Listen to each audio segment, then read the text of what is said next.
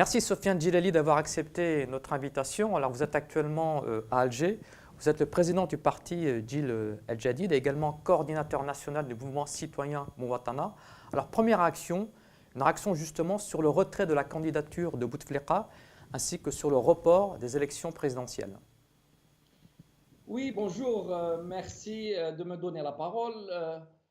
Encore une fois, le régime tente par un subterfuge de maintenir exactement ses objectifs, c'est-à-dire rester jusqu'au bout, maître de la situation. Alors les Algériens ont dit massivement non à un cinquième mandat, on ne veut plus du président actuel et on veut un changement de régime.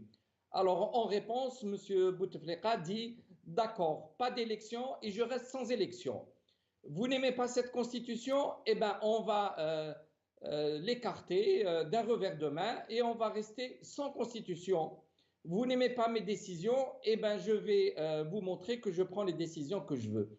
Nous sommes vraiment dans une logique absolument irrationnelle, impossible à suivre. Monsieur El Khdar Brahimi, qui nous propose pour présider une conférence nationale, a dit lui-même que le président a entendu la voix de la jeunesse. Alors en réponse, il nous ramène un vieillard croulant pour le mettre à la tête de cette conférence pour construire la Deuxième République. Non, tout ça c'est absolument inacceptable et les Algériens ne l'accepteront pas et je pense que la réaction politique sera violente, non pas par la violence physique, mais politiquement elle sera violente, il n'y a pas de doute. Alors que pensez-vous de la nomination au poste de Premier ministre de Nordine Bedoui ainsi que de la création d'un poste de vice-premier ministre? En fait, c'est plus le départ de Ouyahia qui peut avoir un sens, puisque Ouyahia a cristallisé une forme de rejet viscéral de la part des Algériens. Quant à M. Nordine Bedoui, tout le monde sait que c'est une marionnette parmi d'autres. C'est un très proche du clan présidentiel. Il est là juste pour exécuter les ordres sans poser aucune question. Donc, il n'a aucune espèce d'importance en tant que soi, sinon pour confirmer que le clan présidentiel ne veut rien lâcher. Quant au vice-ministre, d'abord c'est une création anticonstitutionnelle. Encore une fois, il n'y a pas de poste de vice-premier ministre prévu par la Constitution ni par les lois de la République. Et donc là aussi, c'est une façon de dire il n'y a plus ni institution, ni constitution, ni loi, ni rien qui vaille, sinon la volonté au nom d'un homme qui aujourd'hui a presque vivant, mais il n'y a plus rien d'autre que la volonté de ce clan prédateur. Alors vous avez publié un communiqué hier dans lequel vous affirmez que votre parti, Djil El Jadid, a contribué justement à la prise de conscience, à la mobilisation populaire. Oui, nous le revendiquons haut et fort. Nous avons été depuis maintenant des années à expliquer en quoi ce régime était malfaisant, en quoi la politique de M. Bouteflika allait mener le pays vers le chaos et le désordre. Je crois que nous y sommes en plein. Nous avons été systématiquement porteurs de nouvelles idées et surtout, nous avons fait un travail de proximité que nul ne peut aujourd'hui démentir. Nous avons été auprès des citoyens dans les différentes wilayas, nous avons fait des sorties, nous avons manifesté malgré la répression, nous avons porté ces revendications. Aujourd'hui, c'est toute l'Algérie qui reprend les slogans que nous avions fait les nôtres, non au cinquième mandat, pour un changement de régime, pour une nouvelle république, pour un état de droit, pour une démocratie. Nous sommes donc complètement dans ce mouvement, nous baignons dans ce mouvement et nous portons aussi avec d'autres ces revendications. Alors vous proposez d'organiser une véritable remise du pouvoir au peuple. Alors quelles sont les solutions que vous proposez? Aujourd'hui, la Constitution a été invalidée par le président. Il se propose de diriger le pays en dehors de tout cadre constitutionnel et institutionnel.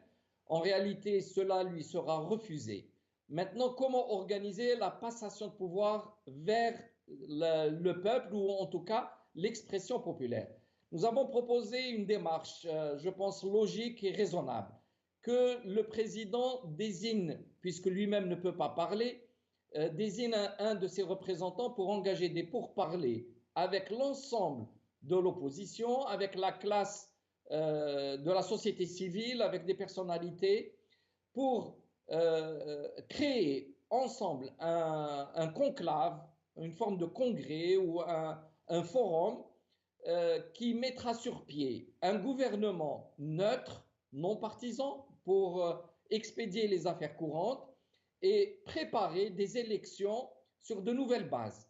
Et d'un autre côté, dégager soit un comité, soit une personnalité consensuelle à qui remettrait le président de la République les pouvoirs régaliens d'ici la fin de son mandat officiel, c'est-à-dire le 26 avril 2019.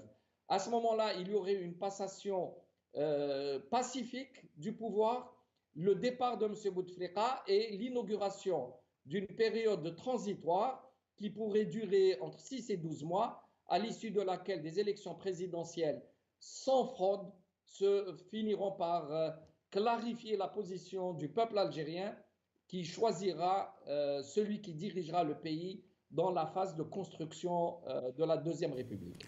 Alors pour vous, la mobilisation populaire va se poursuivre. Un mot sur la grande manifestation qui aura lieu encore une fois vendredi 15 mars. Je pense que vendredi 15 mars, la marche va prendre une ampleur jamais vue auparavant. Déjà, celle du 22 et 24 février était extrêmement importante. Celles du 1er mars et du 8 mars ont été extraordinaires. Je pense que celle du 15 mars va être la grande finale pour dire encore une fois, nous ne tomberons pas dans le piège de ce pouvoir et qu'on ne nous volera pas en tant que peuple cette révolution pacifique et qui a donné une image fabuleuse de l'Algérie. Donc l'Algérie vaincra, le peuple vaincra et ce pouvoir devra s'en aller sans coup férir. Merci à vous, Sofiane Djilali. Merci.